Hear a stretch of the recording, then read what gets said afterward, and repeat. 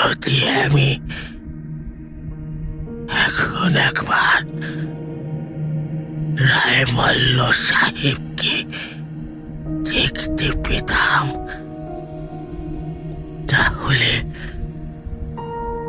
2,00,000 টাকার কাজ হতো। রাজস্থানের পার্বত্য প্রদেশ বুঁদিতে একটা ছোট্ট একতলা বাড়িতে 80 বছরের এক বৃদ্ধের অসুস্থ শীর্ণ মুখ থেকে খুব কষ্টে এই কথাগুলো ধীরে ধীরে বেরিয়ে এলো। বৃদ্ধ রোগের বিছানায় শুয়ে আছেন, তার শরীর খুব দুর্বল, তিনি মৃত্যুর দিকে এগিয়ে চলেছেন। তার কাছে 16 বছরের এক অপূর্ব সুন্দরী তরুণী বসে আছে। তার সাজসজ্জা খুব সাধারণ, কিন্তু তার অপরূপ রূপের ছটায় পুরো ঘরটা আলো হয়ে আছে। সে তার নরম দুটো হাত দিয়ে খুব যত্নে মৃত্যুপথযাত্রী বৃদ্ধির গায়ে হাত বুলিয়ে দিচ্ছিল। রায়মল্ল সাহেব কে বাবা?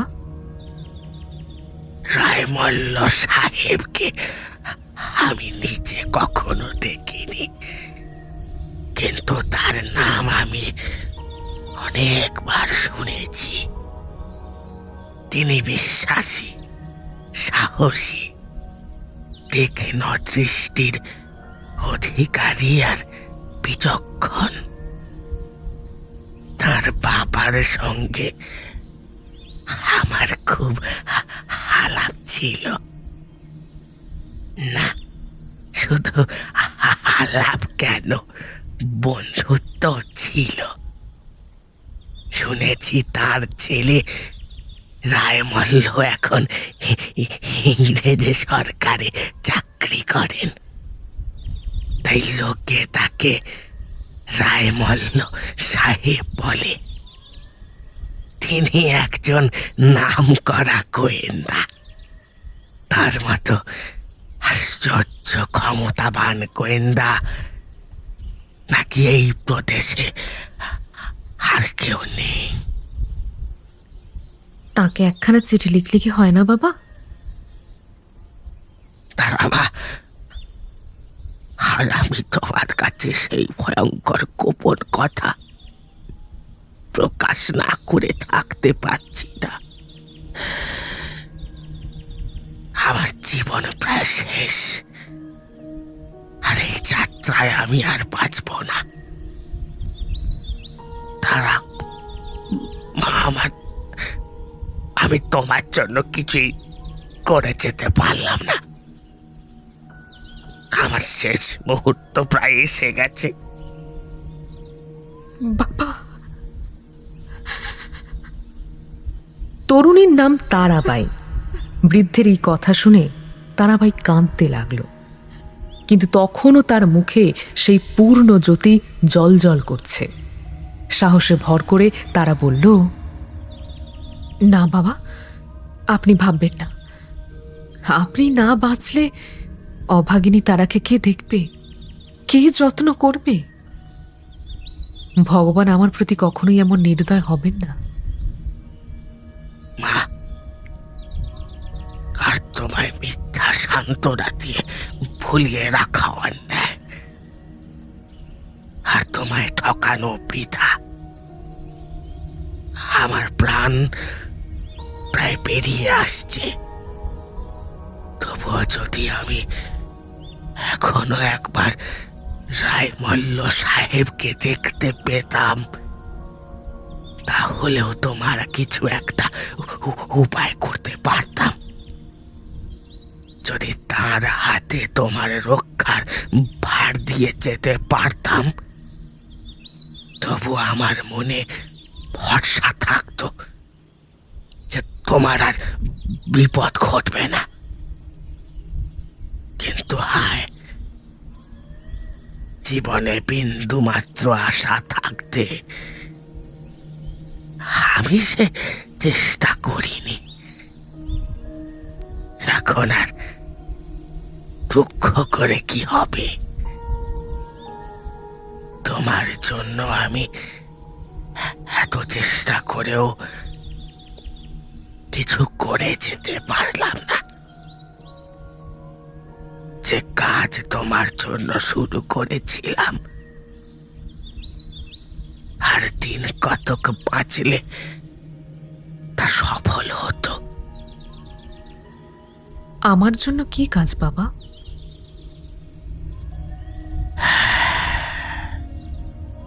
হ্যাঁ মা, তোমারই জন্য। যখন দেখছি আমার বাঁচার আশা নেই, তখন তোমায় সব সত্যি কথা বলে যাওয়াই ভালো। তোমায় মানুষ করার জন্য আমি এই বৃদ্ধ বয়স পর্যন্ত অক্লান্ত পরিশ্রম করেছি। মনে বড় আশা ছিল তোমাকে আমার ন্যায্য অতুল সম্পত্তির অধিকারিণী হতে দেখে যাব, কিন্তু হায়, ভগবান তাতে বাদ সাধলেন। বাণিজ্যের ভরা নৌকা কিনারে এসে ডুবে গেল। আমি অতুল সম্পত্তির অধিকারিণী? এ কি কথা বাবা? মা,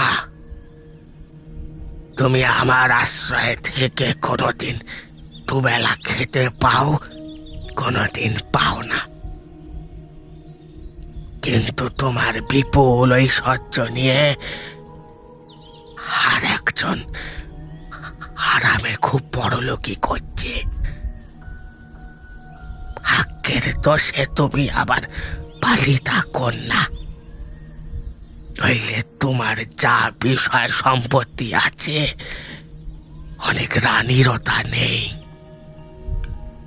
অনেক জোচ্চর মিলে তোমায় তোমার ন্যায্য সম্পত্তি থেকে বঞ্চিত করেছে। এখনো কোনোভাবে যাতে তুমি সে বিষয়ে জানতে না পারো, তার জন্য পুরো চেষ্টা করছে। যদি আমি এই যাত্রায় রক্ষা পেতাম, তাহলে রায়বল্ল সাহেবকে তোমার সহায়তায় নিযুক্ত করতাম। পৃথিবীতে যদি কেউ তোমার ন্যায্য সম্পত্তি উদ্ধারের জন্য প্রমাণ জোগাড় করতে পারে, তাহলে সে একমাত্র তিনি ব্যক্তি। যারা তোমায় ঠকিয়েছে তাদের বিরুদ্ধে দাঁড়াতে যদি কেউ সাহস করে, তবে তিনি একমাত্র সাহসী বীর এই যুগে আছেন। কেবল একজন বিচক্ষণ সাহসী মহান গোয়েন্দার সাহায্যই আমি আপাতত খুব দরকারি বলে মনে করি। উকিল মোক্তার পরে দরকার হবে। তা এই রায়মল্ল সাহেবকে কি কোনো রকম এখানে আনা যায় না? একখানা চিঠি লিখলে কি হয় না? না, তার হয় না, সে সময় আর নেই। 2-1 ঘন্টার মধ্যে যদি আমার সঙ্গে তার দেখা হতো, তাহলেও বোধহয় আমি তাকে সব কথা বলে একটা উপায় করে যেতে পারতাম। তিনি এখান থেকে কত দূরে থাকেন? অনেক দূরে, কিন্তু আমি শুনেছি তিনি যখন লাল পাহাড়ে এসেছেন বিশেষ কাজের জন্য, সেখানেই নাকি এখন কিছুদিন থাকবেন। লাল পাহাড় এখান থেকে 7-8 ক্রোশের বেশি তো হবে না? তা আমি জানি। তবে আর কি, আমি অনায়াসে ঘোড়ায় চড়ে লাল পাহাড়ে যেতে পারি। তিনি কি রামলালজির বাড়ির কাছে থাকেন? তিনি রামলালজির বাসাতেই নাকি বাসা নিয়েছেন, কিন্তু তাহলে কি হবে? রাত হয়ে এলো, তুমি বালিকা অসহায় একা। তোমায় কি আমি সাহস করে ছেড়ে যেতে পারি? বিশেষ করে এদিকের পর্বতমালায় কত ডাকাত, কত বদমাস, কত খুনি বাস করে। তুমি কি তাদের পেরিয়ে যেতে পারবে? আমি কোনো মতেই সাহস করে তোমায় তোমায় যেতে বলতে পারি না। না বাবা, আমার জন্য আপনার কোনো ভয় নেই। আমি আমার নিজের কাজের জন্য যাব না। তবে যদি আপনার এতে একটু ভাবনা কমে, যদি আপনি একটু শান্ত হন। না মা, আমি তোমায় যেতে দিতে পারি রে। তোমায় পাঠাতে আমার সাহস হয় না। তারা অল্প বয়সী, কিন্তু সে রাজপুত কুমারী। যে রাজপুত বংশের নারীদের সাহসিকতার উদাহরণ দিয়ে ভারতের ঐতিহাসিকরা আজও গর্ব করেন, রাজস্থানের ইতিহাসের প্রতি পাতায়, প্রতি শব্দে এখনও যাদের গৌরব জ্বলজ্বল করছে, তারা সেই রাজপুত বংশের মেয়ে।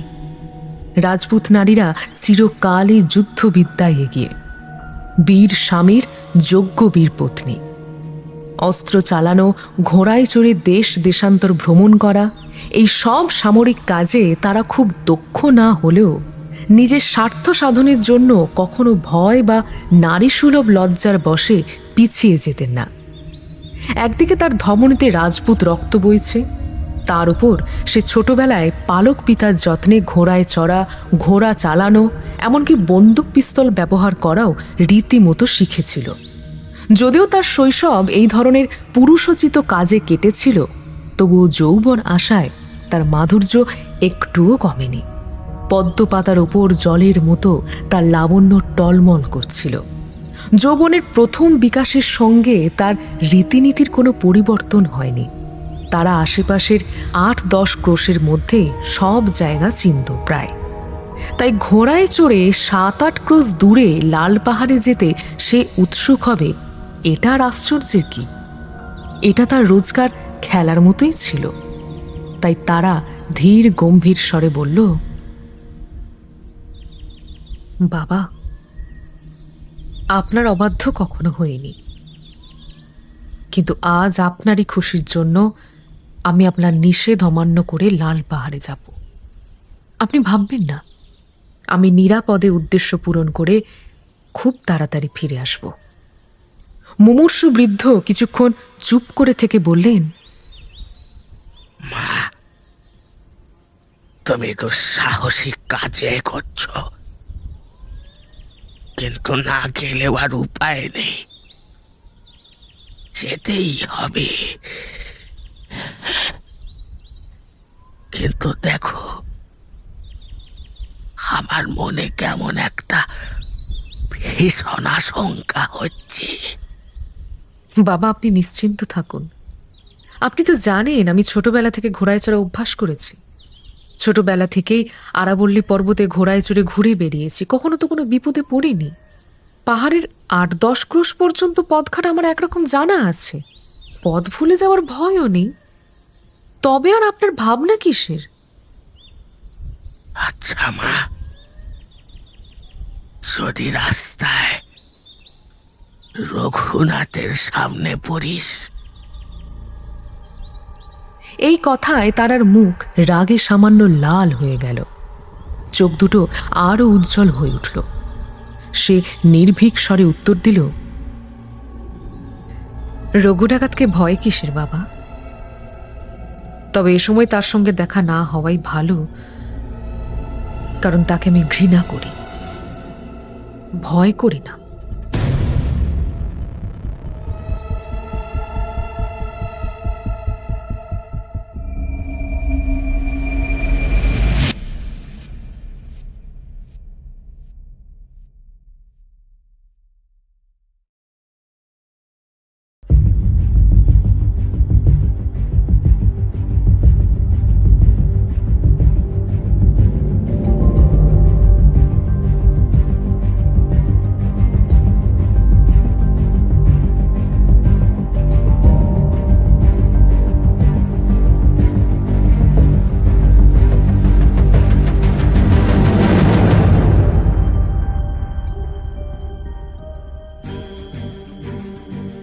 গল্পের দেশে আপনাদের নিয়ে যেতে আমরা আবার তৈরি। বিচিত্র এই দেশ রোমাঞ্চ এবং রহস্যে ভরা। সাহিত্যের এক বিপুল সম্ভার নিয়ে আমাদের বিশেষ প্রয়াস দ্য ওয়ান্ডার ইন বুকশেলফ। থাকবে বাংলা ও বিশ্ব সাহিত্যের ঝুলি থেকে বাছাই করা কিছু গল্প।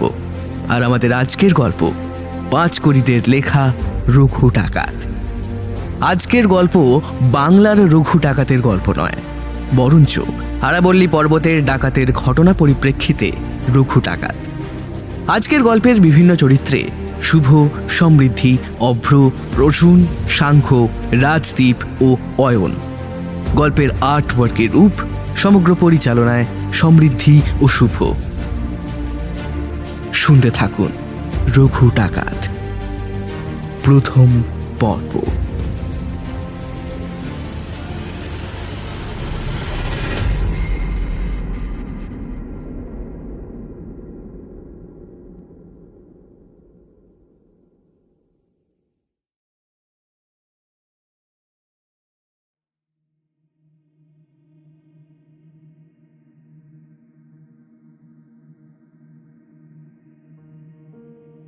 বৃদ্ধ যে রঘুনাথের কথা বললেন তার আসল নাম রঘুনাথ সিংহ। রঘুনাথও রাজপুত বংশের। ছোটবেলা থেকেই রঘু তারাকে চিনত। তারার পালক পিতার বাড়ির কাছেই রঘুনাথের পৈতৃক বাড়ি। তারা ও রঘুনাথ ছোটবেলায় একসঙ্গে খেলা করত।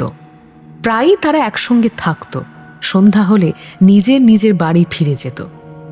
তারা যত বড় হতে লাগলো, ক্রমে কৈশোর পেরিয়ে যৌবনে পা দিতে লাগলো, রঘুনাথের পাপ চিন্তা ততই বাড়তে লাগলো। রঘুনাথ তারাকে স্ত্রী হিসেবে পাওয়ার জন্য মরিয়া হয়ে উঠল। তারা যদিও রঘুনাথকে যত্ন করত, তবুও তার স্ত্রী হওয়ার ইচ্ছা তার মনে কোনোদিনই জাগেনি। তাকে বিয়ে করার কথা সে কল্পনাতেও স্থান দিত না। এইভাবে ব্যর্থ হয়ে রঘুনাথের মনে হিংসার আগুন জ্বলে উঠল। সে ভাবল তারা তার অপমান করেছে, এই অপমানের প্রতিশোধ নিতে হবে। তারার কাছে সে তার আন্তরিক ভালোবাসার বদলে কেবল ঘৃণা আর অপমান পেয়েছে। প্রতিহিংসাই এর উপযুক্ত জবাব। সে নিশ্চয়ই প্রতিশোধ নেবে। হিংসা চরিতার্থ করতে সে ভালো মন্দ জ্ঞান শূন্য হয়ে পড়েছিল। তার প্রতিজ্ঞা অটল, তাকে তা পূরণ করতেই হবে। রঘুনাথ ভয়ঙ্কর কপট, হিতাহিত জ্ঞানশূন্য ও নির্দয়। সহজ কথায় বলতে গেলে সে মরিয়া গোছের লোক। পরের জিনিস ছিনিয়ে নেওয়া, ডাকাতি, খুন, কোনো পাপ কাজই তার অজানা ছিল না। ভয়ঙ্কর পাপই হল এইসব কুকর্ম সে এত সতর্কতার সঙ্গে করত যে আজ পর্যন্ত কেউ তার কুকীর্তির কথা জানতে পারেনি। তবে রঘুনাথ সিংহ নামে একজন ঘোর পিশাচ, নরঘাতী লোক সেই প্রদেশে আছে, সবাই তা জানত। কিন্তু সে যে কোন রঘুনাথ তা কেউ জানতে পারত না। অনেকে তাকে সন্দেহ করত, কিন্তু নিশ্চিত করে কেউ কিছু বলতে পারত না। তারার পালক পিতার আরব দেশের একটি খুব ভালো ঘোড়া ছিল। বৃদ্ধ তাঁর অন্য সব সম্পত্তির চেয়ে ওই ঘোড়াটিকে মূল্যবান মনে করতেন। সেই সময়ে ওই প্রদেশে ঘোড়া চুরির খুব উপদ্রব হয়েছিল। বৃদ্ধ বিশেষ যত্নে অনেক কষ্টে এই চোরের দলের হাত থেকে নিজের এই ঘোড়াটিকে রক্ষা করতে পেরেছিলেন। বৃদ্ধ যদিও তারাকে বলেছিলেন যে তার বেশিক্ষণ বাঁচার সম্ভাবনা নেই, তবুও সে কথায় তার আর একদম বিশ্বাস হয়নি। সে ভেবেছিল হয়তো তিনি নিজের শরীরের অবস্থা ঠিকমতো বুঝতে পারছেন না। এক মুহূর্তের জন্য তারা ভাবেনি যে তার পরম দয়ালু পালক পিতার শেষ সময় উপস্থিত। তবে যে সে লাল পাহাড়ে যেতে ব্যস্ত হয়েছিল তা কেবল বৃদ্ধের খুশিরই জন্য। যিনি তাকে কত যত্নে বহু কষ্ট সহ্য করে পালন করেছিলেন, তার মন রাখার চেষ্টা করা তার কর্তব্য। এই কর্তব্যবোধ নারীর হৃদয়েও যে কৃতজ্ঞতার স্থান আছে তা দেখানোর জন্যই সে লাল পাহাড়ে যেতে আগ্রহ দেখিয়েছিল। বৃদ্ধ যে তাকে বিপুল সম্পত্তির অধিকারিণী বলেছিলেন সে কথা সে মোটেই বিশ্বাস করেনি। সে মনে মনে ভেবেছিল সে কথাগুলো বিকারগ্রস্ত রোগীর প্রলাপ মাত্র। দারিদ্র্যের দুঃখে পীড়িত, পরের অন্নে পালিত মেয়ের আবার বিষয় সম্পত্তি কি? এইসব কথা মনে আসাতেই তারা স্থির করেছিল হয়তো রোগের প্রভাবে চিত্ত বিকৃতির জন্য বৃদ্ধ প্রলাপ বকছেন। পালক পিতার কাছে কিছুক্ষণ বসে তারা পথ সম্বন্ধে আরও কিছু খোঁজ খবর নিল। তারপর আস্তাবলে গিয়ে তার আদরের ঘোড়া কুমারকে জিন পরিয়ে সওয়ারির জন্য প্রস্তুত করল। তারপর নিজের শোবার ঘরে এসে উপযুক্ত পোশাকে সজ্জিত হল। সঙ্গে দুটো পিস্তল নিতেও ভুল করল না। বাবাকে প্রণাম করতে গেল।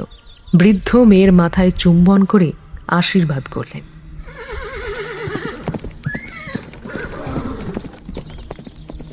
ভগবানের নাম নিয়ে তারা ঘোড়ায় চড়ে পার্বত্য পথের দিকে এগিয়ে যেতে লাগল। পথে কত ভয়ঙ্করী রাক্ষসী তার জন্য মুখ হাঁ করে আছে, সরল তারা তার কি বুঝবে?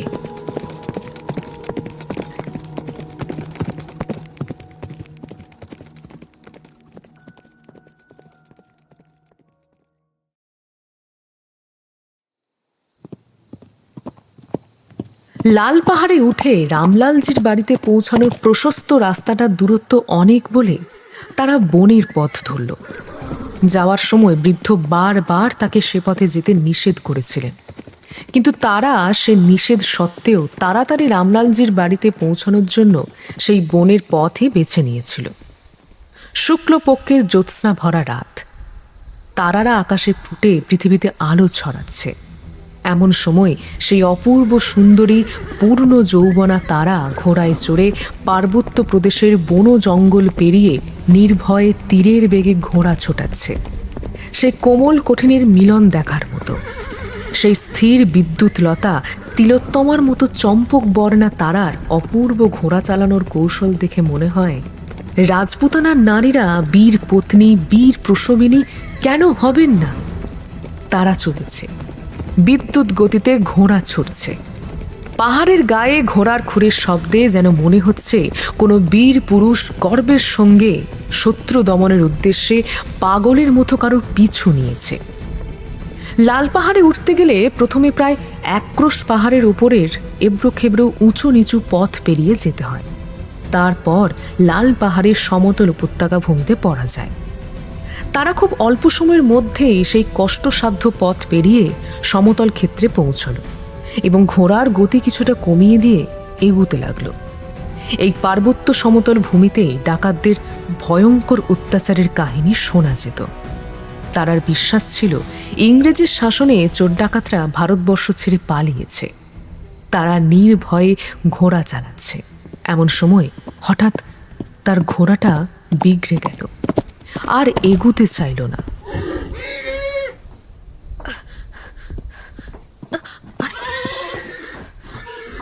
তারা যতই চাবুক মারতে লাগলো তখনই যেন আরো ক্ষেপে উঠল, ক্ষণে ক্ষণে ডেকে উঠতে লাগলো। তারা ভাবল বোধহয় কাছেই কোনো বনজন্তুকে দেখে ঘোড়া ভয় পেয়েছে। তখন নিরুপায় হয়ে তারা ঘোড়ার পিঠে চাপড়ে হাত বুলিয়ে তাকে শান্ত করার চেষ্টা করল।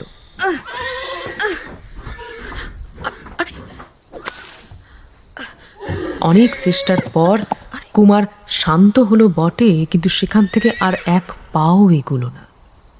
অবাক ও চমকে গিয়ে তারা দেখল ঠিক সামনে ঘোড়ার মাথার কাছে যেন পাহাড়ের ভেতর থেকে হঠাৎ একটা ভয়ঙ্কর মূর্তি উঠে এলো। এতক্ষণে ঘোড়ার ভয়ের কারণ জানা গেল। চাঁদের আলোয় ফুটে ওঠা তারার লাবণ্যময়ী মূর্তি দেখে সেই ভয়ঙ্কর পুরুষ কথা বলল। কে গো সুন্দরী, এত রাত্রে কোথায় যাচ্ছ? ধীর স্থির শান্ত অথচ নির্ভীক স্বরে তারা উত্তর দিল, আপনি একটু পাশ কাটিয়ে দাঁড়ান। আপনাকে দেখে আমার ঘোড়াটা ক্ষেপে উঠেছে। পথ ছেড়ে দিন, আমি খুবই ব্যস্ত হয়ে এক জায়গায় যাচ্ছি। সেই বিশাল দেহী পুরুষ ভয়ঙ্কর হাসি হেসে উল্লসিত স্বরে বলল, আরে আরে বলো কি, এত রাত্রে কোথায় যাচ্ছ? এই পর্যন্ত বলে সে উত্তরের অপেক্ষা না করেই জামার পকেট থেকে একটা বাঁশি বের করে জোরে বাজালো। পরের মুহূর্তেই আরেকটা বাঁশির শব্দে কেউ প্রত্যুত্তর দিল। কিছুক্ষণ পর সেরকম বিশাল চেহারার আরও কয়েকজন লোক সেখানে উপস্থিত হলো। তাদের মধ্যে একজন এসে একেবারে তারার ঘোড়ার লাগাম ধরে ফেলল। ঘোড়া আরও ক্ষেপে উঠল। তারা কাতর স্বরে চিৎকার করে বলে উঠল, সরে দাঁড়াও, তোমাদের চেহারা দেখে আমার ঘোড়া এত ক্ষেপে উঠেছে যে আরেকটু হলে আমাকে এই পাহাড় থেকে ফেলে দেবে। পরের মুহূর্তেই তারার মনে ভয় দেখা দিল। তাদের একজনের গলা শুনে তার আশা, ভরসা, সাহস সব কমে এল। ভয়ে তার রক্ত যেন জল হয়ে গেল। সে বিকট চিৎকার করে বলল, চাঁদ সূর্য মিথ্যে হবে, তবে আমার কথা মিথ্যে হবে না। আমি নিশ্চয়ই বলতে পারি সেই তারার গলার আওয়াজ। তবে তো তারা নিশ্চয়ই বুড়োর সেই ঘোড়াটাতেই চড়ে এসেছে। হ্যাঁ, ভালোই হয়েছে, আমাদের কপাল ভালো। ঘোড়াটার বেশ দাম হবে। হ্যাঁ, অনেক দিন থেকে ওই ঘোড়াটার ওপর আমার নজর আছে। তারা এতক্ষণে বেশ বুঝতে পারল সে কোথায় এসে পড়েছে। একবার ভাবল, কেন বৃদ্ধ বাবার কথা অমান্য করে অন্য পথ দিয়ে এলাম? চেনা পথে এলে হয়তো এই বিপদ ঘটত না। তারা বুঝল সে নিষ্ঠুর ভয়ঙ্কর ডাকাতের দলের মধ্যে পড়েছে। নারী হলেও তার ক্ষতি করতে তারা বিন্দুমাত্র সংকুচিত হবে না। বৃদ্ধর কাছে তারা বলে এসেছিল, আমি রঘুনাথকে ঘৃণা করি, কিন্তু তাকে ভয় করি না। কিন্তু এখন সেই রঘুনাথের কণ্ঠস্বর শুনে সে খুবই ভয় পেল। তার সারা শরীর কাঁপতে লাগলো। অন্য সময় যদি তারা রঘুনাথকে দেখত তাহলে সত্যি বিন্দুমাত্র ভয় করত না, কিন্তু এখন এই ডাকাতদের সঙ্গে তাকে দেখে ভয় তার প্রাণ উড়ে গেল। নিজের জীবনের জন্য তারা বিন্দুমাত্র চিন্তিত বা দুঃখিত হলো না, কিন্তু যে রঘুনাথকে সে কতবার ঘৃণায় দূরে সরিয়ে দিয়েছে, যে রঘুনাথ তাকে পাওয়ার জন্য জীবন মরণ পণ করেছে, এমন অসহায় অবস্থায় তার হাতে পড়লে তার পালক পিতার কী দুর্দশা হবে, সেটাই তখন তার মনে ভীষণ আলোড়ন ফেলল। ক্ষণিকের জন্য এই কথা ভেবেই তারা পালানোর উপায় চিন্তা করতে লাগলো। যদিও মৃত্যু হয়, তবুও বিনা চেষ্টায় আত্মসমর্পণ করতে তার মন চাইল না। তারা ভাবল, যদি একবার সে কোনো রকমে তার ঘোড়াটাকে উত্তেজিত করে চালিয়ে দিতে পারে, তাহলে আর তাকে কে পায়। নির্বিবাদে সে সব বিপদ পেরিয়ে চলে যেতে পারবে। কিন্তু ঘোড়া চালাতেও প্রবল বাধা। দুজন লোক দুপাশে তার ঘোড়ার লাগাম ধরে দাঁড়িয়ে আছে। তারা গম্ভীরভাবে বলল, সরে দাঁড়া, আমায় যেতে দাও, আমার খুব দরকার, আমাকে যেতেই হবে। ডাকাতের দলের মধ্যে একজন বিকট হাসি হেসে ঘোড়ার লাগাম আরো জোরে ধরে উত্তর দিল, এর মধ্যেই কেন গো? ঘোড়া থেকে নামো, তোমার চেহারা খানা একবার দেখি, তারপর যাবে। এখন তোমার কোমল শরীর, এত তেজি ঘোড়ায় চড়া কি তোমার সাজে নাকি? তোমাকে আমরা এই ঘোড়ার বদলে একটা বেশ ধীর স্থির শান্ত ঘোড়া দিতে পারি। বিপদে পড়ে তারা একেবারে হতবুদ্ধি হয়নি। সে তখনও পালানোর উপায় খুঁজছিল। ঘোড়ার লাগামধারীকে কথায় ভুলিয়ে দু এক মুহূর্ত সময় কাটানোর উদ্দেশ্যে এবং এইভাবে তাকে অন্যমনস্ক করে পালানোর সুযোগ পাওয়ার আশায় তারা বলল, কই তোমাদের ঘোড়া দেখি। আমার এই ঘোড়ার চেয়ে তেজি ঘোড়া না হলে আমি বদল করব না। বাহ বিবি জান, বাহ, তুমি তো দেখছি বেশ বাহাদুর। আমরা ভেবেছিলাম তুমি আর বড় একটা কথা কইবে না। তারা মনে মনে ভাবল, ডাকাতদের ঠকানো সহজ নয়। তাদের ইতর ঠাট্টায় তার মনে খুব কষ্ট হচ্ছিল, কিন্তু কি করবে, কোনো উপায় নেই। বিষম সংকটে পড়ে তারা একেবারে হতাশ হয়নি। সে ভাবল, এসব স্নেহ মমতাহীন নির্দয় ও নিষ্ঠুর প্রকৃতির ডাকাতদের হাতে আত্মসমর্পণ করাচ্ছে, যে কোনো উপায় হোক পরিত্রাণ পাবার চেষ্টা করা উচিত। তাতে যদি মৃত্যু হয় সেও ভালো। তাই নিরুপায় হয়ে সেই মহাদুষ্ট ডাকাতদের কবল থেকে উদ্ধারের ইচ্ছায় একবার তারা দুঃসাহসীর মতো কাজ করল। হঠাৎ ঘোড়ার রাশ টেনে ধরে রাজপুত কন্যা কুমারের পিঠে জোরে চাবুক মারল।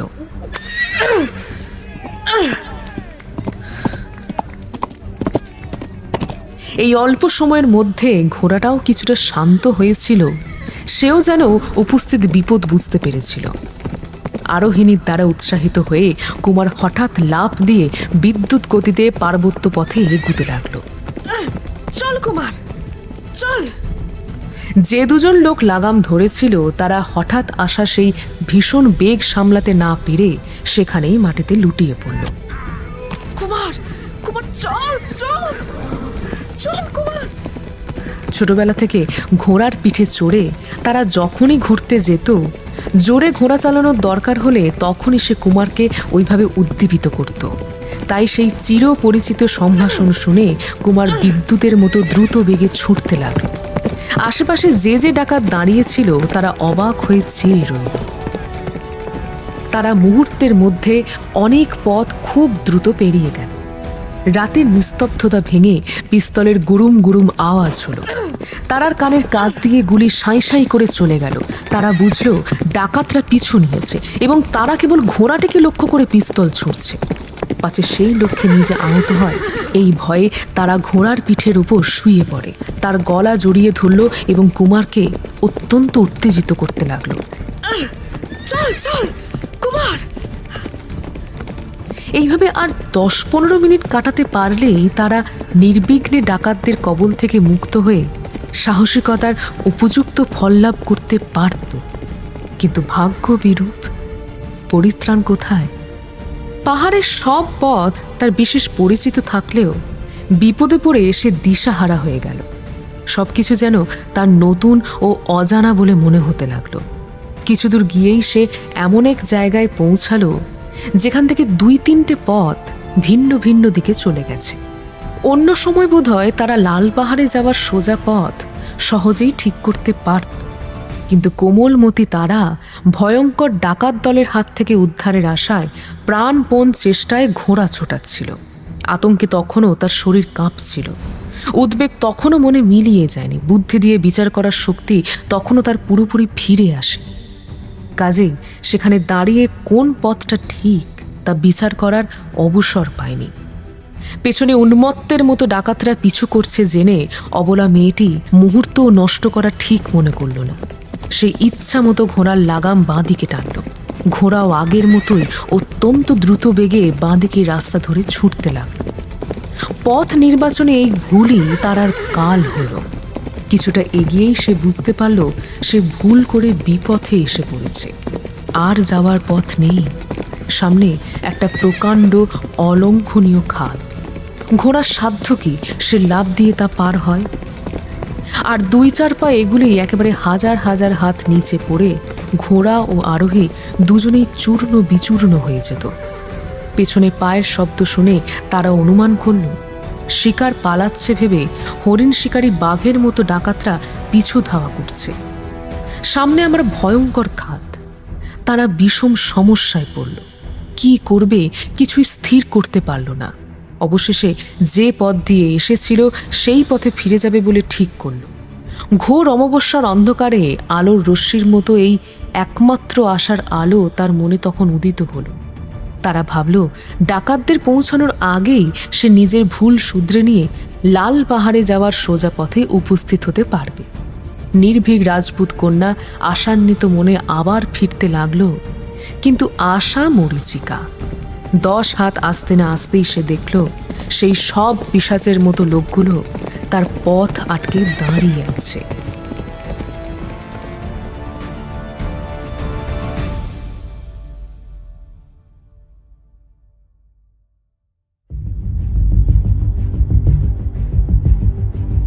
শুনছেন দ্য ওয়ান্ডারিং বুকশেলফের আজকের গল্প, 5 কুড়িদের লেখা রঘু ডাকাত। এরকম রোমাঞ্চকর কিছু গল্প শুনতে আজই সাবস্ক্রাইব করুন আমাদের চ্যানেল এবং সেই সাথে বেল নোটিফিকেশনটি অন করে রাখুন।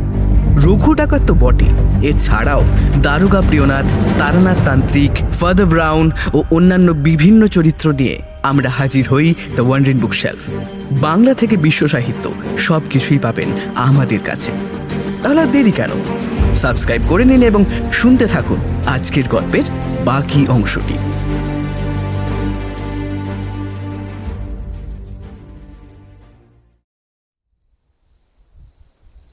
রঘুনাথ চিৎকার করে বলল, দাঁড়া!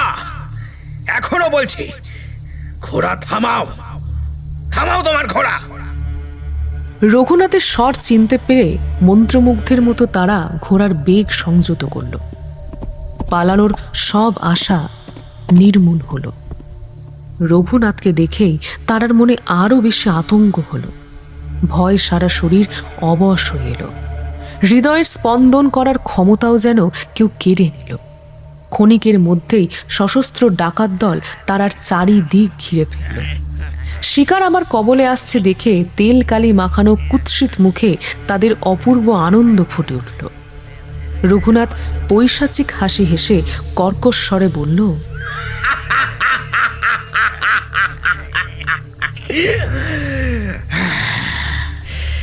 আরে ময়না পাখি, বেশ উঠছিলে, আর যাতে না উঠতে পারো তার ব্যবস্থা করছি। তারা সুন্দরী, এখন দয়া করে একেবারে ঘোড়াটা থেকে নেমে পড়ো দেখি। নামাও। রঘুনাথের সেই বিকট হাসি ও কটু কথায় তারা শিউরে উঠল। এদিকে নেতার আদেশে দুজন ডাকাত বিশেষ সতর্কতার সঙ্গে তারার ঘোড়ার মুখ ধরে রইল। অসহায় তারা তখন আর সুবিধা মতো ঘোড়া চালিয়ে পালানোর চেষ্টা বৃথা মনে করল। ডাকাতরা স্থির চোখে তার প্রত্যেক অঙ্গিভঙ্গি লক্ষ্য করছে। তার জীবন এখন এই নরঘাতী মহাপাতকীদের অধীন, কিন্তু প্রাণ নাশের ভয়ে তারার হৃদয়ে স্থান পায়নি। তার কেবল এই একটাই চিন্তা, পাছে রঘুনাথ এই সুযোগ বুঝে তার পাপ প্রবৃত্তি চরিতার্থ করার চেষ্টা করে, পাছে তার সযত্নে রাখা কুমারিত্ব এইবারই পাপাচারী দুষ্টির হাতে নষ্ট হয়। তারার মনে এই ভয় আসতেই তার হাত পিস্তলের ওপর পড়ল। তারা মনে করলেই তৎক্ষণাৎ রঘুর জীবন শেষ করে দিতে পারত। বোধহয় তাহলে নেতৃত্ববিহীন হয়ে রঘুর নির্দয় সঙ্গীরা তারাকে ধরে রাখতে বা তার প্রতি কোনো অত্যাচার করতে সাহস করত না। যে মানুষ তার সামনে সাক্ষাৎ পিশাচের মতো দাঁড়িয়ে নাচছে, যার মনে ক্ষণিকের জন্য মৃত্যু চিন্তা স্থান পাচ্ছে না, কেমন করে তারা তাকে হঠাৎ নরকের জীবন্ত ছবি দেখিয়ে দেবে? যদিও রঘুনাথ তার সর্বনাশের জন্য উৎসুক, যদিও রঘুনাথের পাপ জীবন তখন তারই হাতে, তবুও সহৃদয় রাজপুত কুমারী নরঘাতিনী হতে সহসা সাহস করল না। সে ভাবল তার প্রতি দেবতা রুষ্ট হবে। জীব হত্যা নারীর কাজ নয়। তাই তারা কি করবে বুঝতে না পেরে কাঠের পুতুলের মতো ঘোড়ার ওপর বসে রইল। এসো তারা, আমি তোমার হাত ধরে ঘোড়া থেকে নামিয়ে দিচ্ছি। এসো। এই বলে রঘুনাথ তার হাত ধরার জন্য হাত বাড়ালো। রঘু, কেন তুমি আমার উপরে এত অত্যাচার করছো? আমাকে এমন করে ধরে রেখে তোমার কি লাভ? ছোটবেলার কথা একবার মনে করে আজকের মতো আমার উপর দয়া করো। আজকের মতো আমাকে ছেড়ে দাও। আমি বড় বিপদে পড়ে এক জায়গায় যাচ্ছি। কেন বোঝার চেষ্টা করছো না তুমি? আমাকে ছেড়ে দাও। তারা, কেন বোকার মতো তর্ক করছো? তুমি তো জানো আমি কথায় ভুলি না। এখনো বলছি, আমার কথা শোনো, বুদ্ধিমতির মতো কাজ করো। আমার কথা শুনলে তোমার কোনো ক্ষতি হবে না। কেউ তোমার এক গাছা চুল পর্যন্ত ছুঁতে পারবে না। তারা নিরুপায় হয়ে বলল, রঘু সিংহ, কেন তুমি আমায় এমন করে পথের মাঝখানে বাধা দিচ্ছ? তুমি যদি আমার ঘোড়াটা নিয়ে সন্তুষ্ট হও তাহলে আমার সঙ্গে চলো। আমার পিতা মুমূর্ষু, দেরি হলে বোধহয় তার সঙ্গে আমার দেখা হবে না, বোঝো? এই কথা শুনে রঘুনাথের আরো আনন্দ হলো। সে স্বচ্ছন্দে বলল, বলো কি, তোমার বাবা মরো? হ্যাঁ, তিনি মৃত্যু মুখে। মৃত্যুর আগে তিনি আর একজন বন্ধুর সঙ্গে দেখা করতে চেয়েছিলেন, তাই আমি তাড়াতাড়ি তাকে ডাকতে যাচ্ছি। পথের মাঝখানে তুমি আর তোমার সঙ্গীরা আমায় বাধা দিলে। যদি আমার ঘোড়াটা নেওয়া তোমাদের উদ্দেশ্য হয় তাহলে ঘোড়াটা নিয়ে আমায় ছেড়ে দাও। বাবার সঙ্গে একবারটি আমার শেষ দেখা করতে দাও রঘু। পাঠটি করতে দাও। তারা, তুমি কি মনে করেছো কেবল আমি তোমার ঘোড়াটা নিয়ে সন্তুষ্ট হব? আমি কি শুধু তোমার ঘোড়াটাই চাই? আমি যে তোমাকেও চাই। আচ্ছা, তবে আজ আমায় ফিরে যেতে দাও। এরপরে তোমার মনে যা আছে তারপর না হয় করো।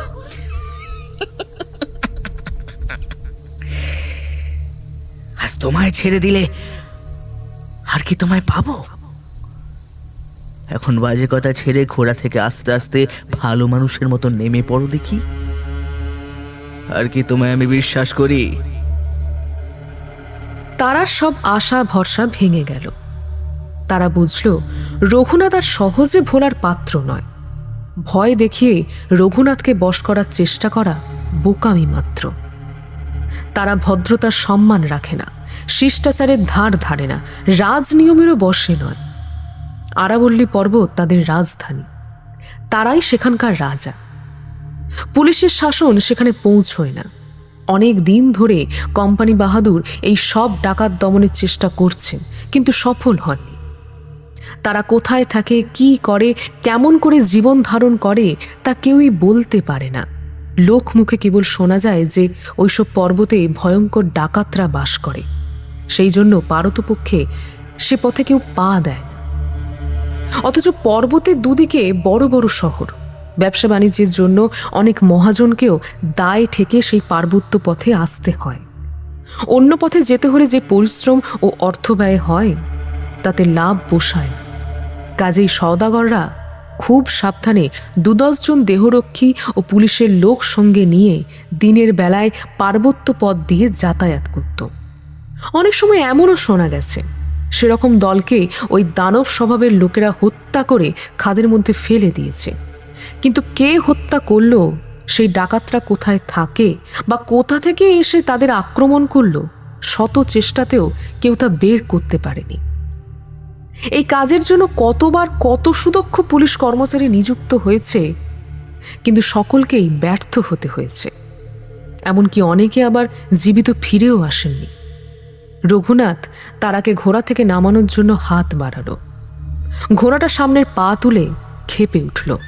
অমনি ৪-৫ জন মিলে কুমারকে শান্ত করার জন্য লাগাম ধরল। তারপর রঘুনাথ তারাকে ঘোড়া থেকে নামিয়ে নিল। তারার ঘোড়াটা নিয়ে অন্য ডাকাতরা চলে গেল। ইতিমধ্যে যে ৪-৫ জন লোক কুমারকে শান্ত করতে নিযুক্ত হয়েছিল, তাদের একজন তারাকে ঘোড়ার উপর থেকে নামানোর আগে কোনো অজুহাতে তারার কাছে গিয়ে চুপি চুপি বলেছিল, ভয় নেই, আমি তোমাকে রক্ষা করব, তুমি নির্ভয় থাকো। মুহূর্তের মধ্যে এই কথা বলে সেই লোকটা একটু সরে দাঁড়ালো। এটা তেমন বিশ্বাসযোগ্য কথা নয় বটে, তবুও এই কথা শুনে তারার হৃদয়ে যেন এক অপূর্ব আশা জেগে উঠল। ডাকাত দলের মধ্যে ভয় নেই এই কথা যে বলে, সে নিশ্চয়ই সামান্য লোক নয়। এটাই তার দৃঢ় বিশ্বাস হলো। ভালোভাবে লক্ষ্য করে তারা দেখল, যে লোকটা কানের কাছে চুপি চুপি তাকে ওই কথাগুলো বলে ভরসা দিয়েছিল, তার পোশাক অবিকল অন্য ডাকাতদের মতোই। এমনকি সে কথাও বলছে সেরকম কর্কশ স্বরে। কিন্তু চুপি চুপি তারার কাছে এসে সে যখন বলেছিল, ভয় নেই, আমি তোমায় রক্ষা করব, তুমি নির্ভয় থাকো, সেই স্বর যেন ডাকাতের মতো নয়। সেই স্বরে যেন একটা মাধুর্য ছিল। তারা বুঝল, সে স্বর যার কণ্ঠ দিয়ে বেরিয়েছে অবশ্যই সে কোনো সহৃদয় পরোপকারী ব্যক্তি। তাই সেই স্বরে তারার হৃদয়ে কিছুটা আশার সঞ্চার হলো। তারার মনে হয়েছিল সে ব্যক্তি কখনোই ডাকাত দলের সহকারী নয়। ছদ্মবেশে কোনো মহাপুরুষ নিজের কাজ সাধনের উদ্দেশ্যে ডাকাত দলে আছেন। তারা ভাবল, সে ব্যক্তি যে স্বরে তাকে আশ্বাস দিয়েছেন, চুপি চুপি কথা বললেও সেই স্বরই তার স্বাভাবিক স্বর। অন্য স্বর ডাকাতদের সন্দেহ দূর করার জন্য বোধহয় তিনি অনুকরণ করেছেন মাত্র। তখন তারা স্থির করল, এই বিপদে তাকে রক্ষা করার জন্য একজন সাহসী বীর পুরুষ ছদ্মবেশে ডাকাতদের মধ্যে আছেন এবং সঠিক সময়ে তিনি তাকে সব বিপদ থেকে রক্ষাও করবেন। এদিকে তারার কাতর অনুনয় শুনে রঘুনাথ কিছুটা নরম হয়ে বলল, যদি তোমার বাবার এমন মৃতপ্রায় অবস্থা, তবে তুমি সেখানে গিয়ে কি করবে? ব্যথিত হয়ে তারা উত্তর দিল, তোমায় মিনতি করে বলছি, আমায় আজকের মতো ছেড়ে দাও। যদি বিশ্বাস না হয় তুমিও আমার সঙ্গে চলো। বাবার মৃত্যু হলে তুমি যদি ডাকাতের দল ছেড়ে দেবে একথা স্বীকার করো, তাহলে আমি প্রতিজ্ঞা করে বলছি, তখন তুমি আমায় যা করতে বলবে আমি তাই করতে রাজি আছি। তারা, আর তোমায় আমার বিশ্বাস হয় না। ছোটবেলা থেকে তোমায় আমি দেখেছি, তোমায় কি আমি চিনি না? এতদিন যদি তোমার বাবা আমার সঙ্গে তোমার বিয়ে দিতেন, তাহলে হয়তো আমি কখনো ডাকাতের দলে মিশতাম না। হয়তো আমরা দুজনে বেশ সুখে স্বচ্ছন্দে গৃহস্থের মতো থাকতাম, কিন্তু তোমায় না পেয়েই আজ আজ আমার এই দুর্দশা। তোমায় যদি স্ত্রী হিসেবে পেতাম, তবে হয়তো এসব কাজে আমার প্রবৃত্তিও হতো না। তুমি আমার সর্বনাশ করেছো, তা কি তুমি জানো না দাদা? আগে আমার ভালো অবস্থাতেও তুমি আমায় ঘৃণা করেছো, আর এখন এখন সেই তুমি আমার এই ঘৃণ্য অবস্থায় আমার পুজো করবে, এইটাই দেখার আমার শখ আছে। কাতর তারা করুণভাবে বলল, আমায় আজকের মতো বিশ্বাস করে ছেড়ে দাও। আজকের তুমি মেয়ে মানুষ, মেয়ে মানুষের কথায় বিশ্বাস কি? তারা এতক্ষণে নিজের ভয়ঙ্কর অবস্থা সত্যি সত্যি বুঝতে পারল। তার ধৈর্য সাহস সব একেবারে হারিয়ে গেল। অনেক কাকুতি মিনতি করল, কিন্তু সেই পাষাণ হৃদয় কিছুতেই গড়ল না। রঘুনাথ অবশেষে বলল, অসম্ভব তারা, একেবারেই অসম্ভব। তোমায় আমি আর কিছুতেই ছেড়ে দিতে পারি না। আমার এখন অন্য অনেক কাজ আছে, তোমার সঙ্গে বেশি কথা বলারও সময় নেই। এখন আমি যা বলি তা মন দিয়ে শোনো, তারপর তোমার বিষয়ে যা ভালো মনে হয় আমি তাই করব। নিরুপায় হয়ে তারা রঘুনাথের সঙ্গে সঙ্গে চলল। যেখানে আগুন জেলে অন্য ডাকাতরা তার চারপাশে বসে হাসি ঠাট্টা আর গল্প গুজব করছিল, সেইখানে রঘুনাথ তারাকে নিয়ে গেল। যে লোকটা ভয় নেই, আমি তোমাকে রক্ষা করব, তুমি নির্ভয় থাকো, এই কথা বলে তারাকে আশ্বাস দিয়েছিল, চঞ্চল চোখে তারা তাকেই খুঁজতে লাগলো। তাকে চিনে নিতে তার আর খুব বেশি সময় লাগলো না। তার মাথায় যে লাল কাপড়ের পাগড়ি ছিল, অন্য ডাকাতরা সে কাপড়ের পাগড়ি পরেনি। তার পোশাক পুরোটাই ডাকাতের মতো, মুখে লম্বা গোঁফ, চোখে অপূর্ব জ্যোতি। সেই জ্যোতি সাহসিকতার পরিচায়ক, সেই জ্যোতি বিচক্ষণতার লক্ষণ। তারা ভাবল, ইনি নিশ্চয়ই ছদ্মবেশী। আমার অনুমান নিশ্চয়ই সত্যি। ঠিক সেই সময়ে দূরে কে যেন জোরে শীষ দিল।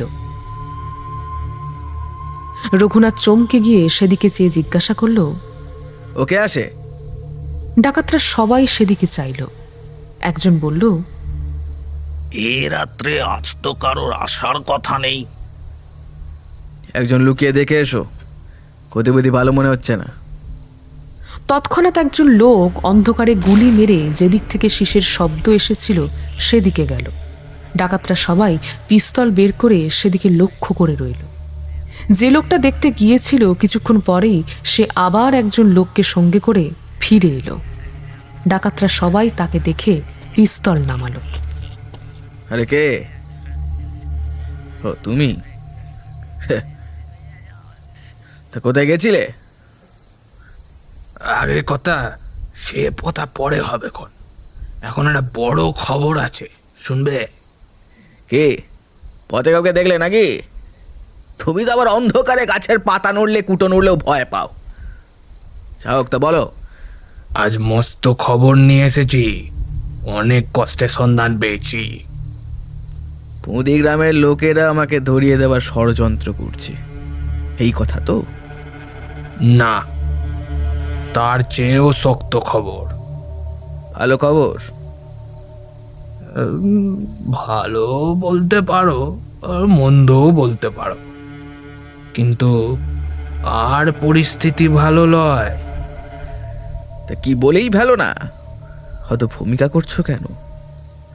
এবার গোয়েন্দা রায়মল্ল সাহেব নাকি আমাদের পিছু লিয়েছে। কোম্পানি বাহাদুর রায়মল্ল সাহেবকে নিযুক্ত করে একবার শেষ চেষ্টা করে দেখছেন। শুনেছি সে লোকটা ভারী ফন্দিবাজ। আগন্তুকের কথা শোনার জন্য এতক্ষণ ডাকাতরা সবাই খুব আগ্রহ দেখিয়েছিল, কিন্তু যেই তারা বিখ্যাত গোয়েন্দা রায়মল্ল সাহেবের নাম শুনল, অমনি তাদের মুখ শুকিয়ে গেল। ভয় যেন তাদের প্রাণ অস্থির হয়ে উঠল, সবারই যেন বুক কাঁপতে লাগলো। ঘটনাক্রমে এই সময় তারা সেই আশ্বাসদাতা লাল পাগড়ি পরা ব্যক্তির দিকে চেয়েছিল। তারা দেখল সে লোকটার মুখের ভাব হঠাৎ বদলে গেল। রঘুনাথ সবাইকে এমন ভয় পেতে দেখে নিজের কোমর থেকে একখানা বড় ছোরা বের করে সজোরে মাটিতে বিঁধে দিল। দেখো, যদি রায়মল্ল সাহেব আমাদের পিছু নিয়ে থাকে তাহলে এই রকম করে তার বুকে ছুরি মারবো আমি। 200-400 পুলিশ পাহারা মেরে ঘরের ভেতর ফেলে দিলাম। কত গোয়েন্দা আমাদের পিছু নিয়ে ধরার ভান হালকা করেছে। আর যদি রায়মল্ল সাহেবের মরণ ঘনিয়ে এসে থাকে তাহলে তারও সেই দশা হবে। তারা তখনও সেই লোকটির উপর দৃষ্টি রেখেছিল। দেখল তার চোখে যেন আরো জ্যোতি ফুটে উঠল, মুখে যেন কি এক অপূর্ব ভাবের সমাবেশ হলো। তবে এই কি সেই বিখ্যাত গোয়েন্দা রায়মল্ল সাহেব, যে লোককে খুন করে ফেলবে বলে রঘুনাথ তো দম্ভ দেখাচ্ছে? এই কি সেই? তারা কিছুটা আশ্বস্ত হলো। কে যেন তারার কানে কানে বলে দিল, তারা, তোমার কোনো ভয় নেই। এই কথা কটা যেন তার হৃদয়ের প্রতি তারে বেজে উঠতে লাগলো। এতক্ষণে তারা বুঝল সময় হলেই রায়মল্ল সাহেবের চেষ্টায় তার মুক্তি হবে। তার সঙ্গে তিনি ডাকাত দলেরও উচ্ছেদ করবে। এই কল্পনার দৃশ্য তারার কাছে অত্যাশ্চর্য বলে মনে হতে লাগলো। যার খোঁজে মুমূর্ষু বাবাকে একা রেখে ভালো মন্দ জ্ঞানশূন্য হয়ে সে পার্বত্য প্রদেশে যাচ্ছিল, তাকে এইভাবে ডাকাতদের ভেতরে হঠাৎ দেখতে পাবে, তারা এমন অভাবনীয় অচিন্তনীয় কল্পনা কখনোই করেনি। যদি ঘটনাচক্রে রঘুনাথের হাতে তারা আক্রান্ত না হতো, তাহলে রায়মল্ল সাহেবকে সে হয়তো কখনোই খুঁজে বের করতে পারত না। হিতে বিপরীত হতো। যা মন্দ ভেবেছিল তার থেকে ভালো হবে এমন আশা তারার মনে একবারও স্থান পায়নি। চক্রীর চক্রান্তে অভাগিনীর কপালে এমন অভাবনীয় ঘটনা ঘটবে তা কি তারার পক্ষে বোঝা সম্ভব? তারা যখন এইরকম আত্মচিন্তায় মগ্ন, ডাকাতরা তখন নিজেদের বিপদের কথা নিয়েই ব্যস্ত। যার নাম শুনলে সে সময় দুরাত্মা মাত্রেই আপাদমস্তক ভয় কাঁপত, যার নামে রাজপুতানার অধিক ডাকাতি দেশ ছেড়ে পালিয়েছিল, রঘু ডাকাতের দলও যে তার নাম শুনে ভীত হবে, তাতে আর আশ্চর্য কি? তারা স্থির হয়ে এক মনে ডাকাত দলের পরামর্শ শুনতে লাগলো। আগন্তুক বলতে লাগলো, তা তোমরা যতই আস্ফালন করো না কেন, আমার বিশ্বাস রায়মল্ল সাহেব যখন আমাদের পিছু লিয়েছে তখন একটা হেস্ত নেস্ত না করে আর ছাড়ছে না। যতক্ষণ সে বেঁচে আসে ততক্ষণ আমরা নিরাপদ লই। এই সময় আমার সব লোক ভিন্ন ভিন্ন জায়গায় ছড়িয়ে আছে। যদি আমরা সবাই একসঙ্গে থাকতাম তাহলে আমার তো ভাবনা হতো না। তবু 12-13 জন এখানে ওখানে আমরা আছি। রায়মল্ল সাহেব একাই সে বড় কিছু একটা করতে পারছে না। কিছু বলা যায় না, তার যে কত বুদ্ধি তা কেউ ঠিক করে বলতে পারে না। ভূতের মতো সে আশেপাশে থাকে, তাকে কেউ দেখতে পায় না, কিন্তু সে সব জানে। তার নাম মনে হলে আমার বুকটা কেমন গুড়গুড় করে। কেন? সে তোমায় একবার জেলে পাঠিয়েছিল বলে? আমি দেখছি তার কথা উঠলেই তোমার পিলে একবারে চমকে ওঠে। তোমার মতন ফিতু লোক 2-4টে আমার দলে থাকলে তো আরাবল্লী পর্বত ছেলে বনের মধ্যে পালিয়ে যেতে হবে দেখছি। কি সর্দার, তোমার মুখে আর ও কথা শোভা পায় না কো।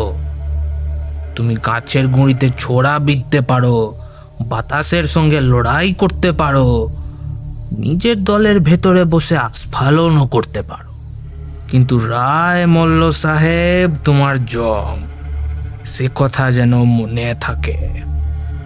মনে পড়ে একবার তুমি তার হাতে ধরা পড়তে পড়তে মেচে গিয়েছিলে?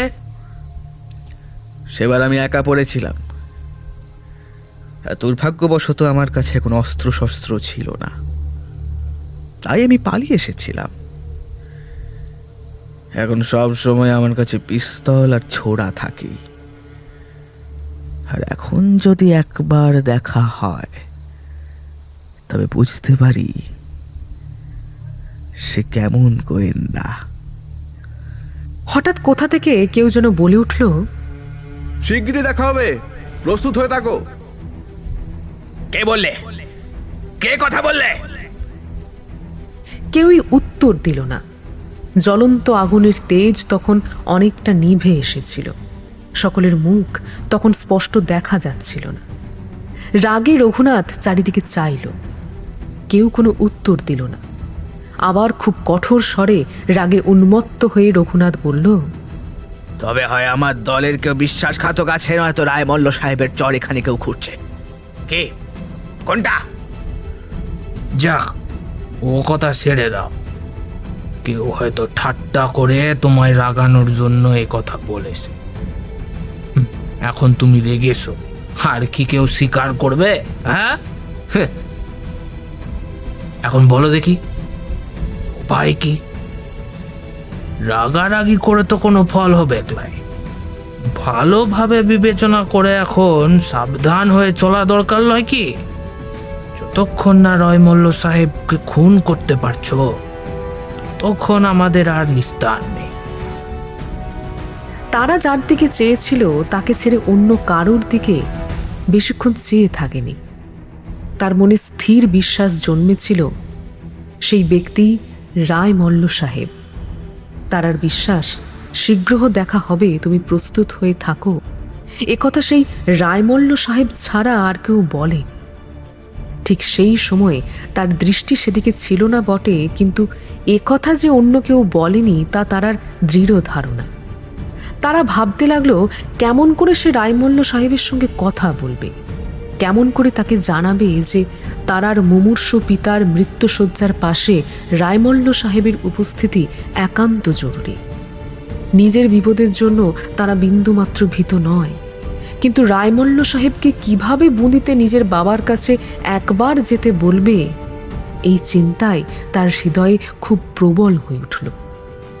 প্রত্যুৎপন্ন মতি তারার মনে খুব অল্পক্ষণের মধ্যে একটি উপায় স্থির হল।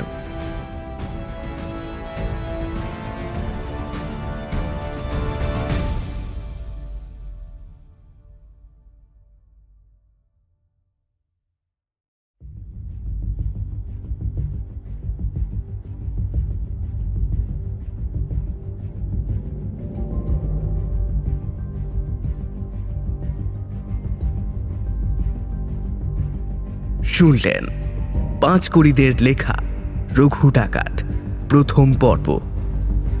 পরের পর্বে থাকছে, রঘুনাথ, তোমরা কি রায়মল্ল গোয়েন্দার কথা বলছো? তুমি রায়মল্ল সাহেবের কাছে কেন যাচ্ছিলে? 5 ঘন্টা আগে যদি তুমি আমায় এ কথা জিজ্ঞেস করতে, তাহলে আমি তোমায় বলে দিতে পারতাম রায়মল্ল গোয়েন্দা আমাদের দলেই মিশে আছে। অনেকদিন আগে আমার বাড়িতে একজন পশ্চিম দেশীয় রাজপুত এই মেয়েটিকে নিয়ে আসেন, আর এক রাত্রি থাকার জন্য আমার আশ্রয় চান। আমার কথার কোনো জবাব দিতে হবে না, আমি যা বলি মন দিয়ে শুনে রাখো। বোধহয় তুমি বুঝতে পেরেছো আমি কে। তারার বাবা বিপুল সম্পত্তি রেখে পরলোক গমন করেন। তারা তার একমাত্র কন্যা, অন্য কোনো উত্তরাধিকারী ছিল না। তারার বাবা মৃত্যুকালে এই মর্মে একখানা উইল করেন। শুনতে থাকুন দি ওয়ান্ডার ইন বুকশেলফ।